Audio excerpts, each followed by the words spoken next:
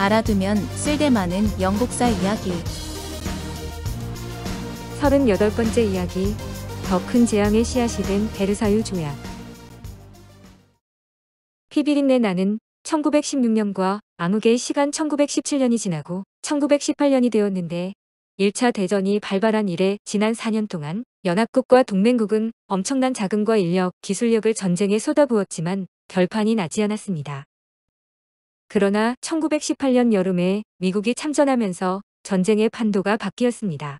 승리의 저울이 연합국으로 기울어지면서 독일은 사면 초가에 처하게 된 것입니다. 1918년 11월 3일에 오스트리아-헝가리 제국이 항복을 선언했습니다. 11월 11일 독일의 마지막 황제 비렐름 2세가 네덜란드로 망명하자 황급히 구성된 독일의 새 정부는 연합국과 콩피에뉴 정전협정을 체결했습니다. 독일은 포탄, 비행기, 군함을 모조리 연합국에 내놓았고 프랑스, 벨기에의 점령지에서 퇴각함으로써 제1차 세계대전이 종결되었습니다. 영국인들에게 제1차 세계대전은 참으로 가혹했는데 프랑스에 비해 전쟁 손실이 적었지만 참혹하기는 마찬가지였습니다.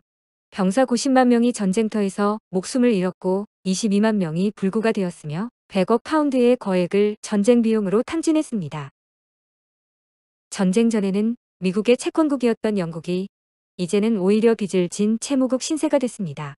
영국 총리 로이드 조지의 머릿속은 독일인들에게 얼마나 배상금을 받을 수 있을지, 독일의 식민지는 어떻게 나눠야 할지 하는 문제로 복잡하게 돌아갔습니다. 그는 프랑스 총리 클레망소, 미국 대통령 윌슨과 함께 파리에서 강화회의를 열기로 했는데 전쟁 배상금을 어떻게 나눠 가질지 논의하기 위한 회의였습니다. 1919년 1월 11일에 로이드 조지는 구축함을 타고 영국 해협을 건너갔습니다.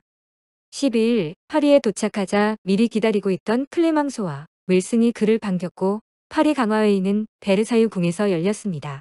루이 13세 시절에 세워진 베르사유 궁은 프랑스와 독일 간의 역사적 앙금이 남아있는 장소였습니다. 과거 1871년 1월 18일 보불 전쟁에서 승리한 비렐름 1세가 황제로 즉위하면서 독일 제국을 선포한 곳이 바로 베르사유 궁이었습니다. 당시 독일은 알자스 로렌 지방을 할양하고 수십억 프랑의 전쟁 배상금을 챙겼는데 40년 전에 역사적 치욕을 겪은 이곳에서 프랑스는 안가품을 하게 된 것입니다. 파리 강화회의에는 전승국 영국, 프랑스, 미국, 이탈리아, 벨기에, 일본, 중국 등 27개국과 영국 연방의 남아프리카, 인도, 오스트레일리아, 캐나다, 뉴질랜드가 참석했습니다. 회의에 참가한 각국 대표는 총 70여 명으로 로이드 조지, 클레망소, 윌슨 웨이도, 이탈리아 총리 오를란도, 일본 대우미 공작 사이온지 김무치 등이 있었습니다. 파리 강화회의를 효율적으로 개최하기 위해 전승국인 3국 대표는 각국의 경제력과 군사력에 따라 등급을 매겼습니다.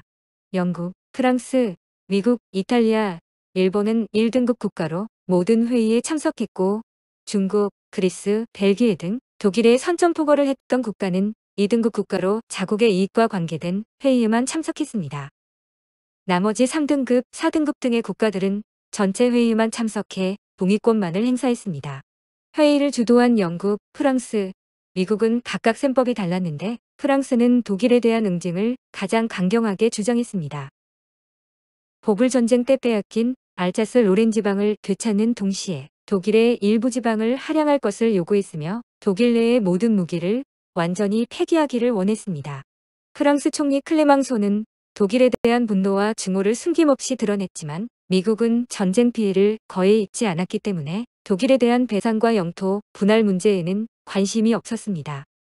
야심만만한 윌슨은 국제연맹을 만들어 평화적인 국제 질서를 세우고 미국이 국제사회의 주도권을 갖는 것이 목표였습니다. 유럽 대륙의 세력 균형이 이루어지기를 바라고 있던 영국인들의 셈법은 훨씬 복잡했습니다. 로이드 조지는 독일의 막대한 배상금과 독일의 해외 식민지를 요구하는 반면에 독일을 지나치게 압박하는 것은 반대했습니다. 독일의 약화를 틈타 유럽 대륙에서 프랑스나 러시아가 세력을 키울 가능성이 크므로 견제할 필요가 있었던 것입니다. 각국의 이해관계가 상충한 탓에 회의는 순조롭게 진행되지 못했습니다. 영국과 프랑스가 연합하여 국제연맹 창설을 반대하고 나서는 바람에 윌슨이 회의장을 박차고 나가기도 했습니다. 영국과 미국이 한 목소리로 프랑스가 독일에 지나치게 많은 배상금을 요구한다고 비판하는 탓에 클레망소가 화를 버럭 내며 회의장을 떠나기도 했습니다. 변호사 출신의 로이드 조지는 화려한 언변과 중재 능력을 최대한 발휘하여 프랑스와 연합하여 미국을 압박하기도 하고 혹은 미국과 손잡고 프랑스를 견제하면서 영국이 최대한 많은 이득을 차지할 수 있게 했습니다. 3개월에 걸친 난상 토론 끝에 마침내 3개국은 협의안을 마련했는데 충분한 논의를 거쳐 타협점을 이끌어냈지만 각국 모두 불만이 남아 있었습니다. 5월 7일 베르사유 궁에서 전문 15편의 440개 조항으로 이루어진 총 200여 페이지의 베르사유 조약이 담긴 초안이 독일 대표에게 건네졌습니다. 호랑이라는 별명이 붙은 클레망소는 전쟁의 승리자답게 근엄하면서도 거만한 태도로 독일 대표단에게 말했습니다. 여러분은 우리에게 평화적 정전을 요청했습니다. 이것이 바로 우리의 대답입니다. 평화조약 초안을 들여다본 독일 대표는 하마터면 기절할 뻔했습니다. 평화조약에 담긴 조건이 너무도 가혹했기 때문인데 그 내용은 대체로 다음과 같았습니다. 독일은 해외 식민지에 관한 모든 권리와 요구를 동맹국과 연합국의 주요 국가에 넘겨준다. 알자스 로렌 지방은 프랑스에 반환하고 자르하류에 있는 탄광의 소유권 및 독점 채굴권을 프랑스에 넘겨준다.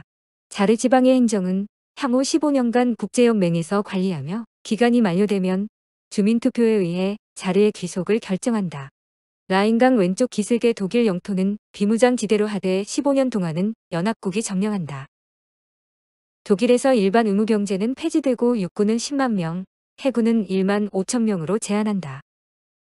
독일은 어떤 잠수함도 만들거나 구매해서는 안 되며 비행기, 화포 등 중무기를 보유할 수 없다. 연합국 배상위원회에서 책정한 배상 총액은 1320억 마르크로 배상위원회가 정하는 지급 방법에 따라 전승국에 배상금을 지급한다.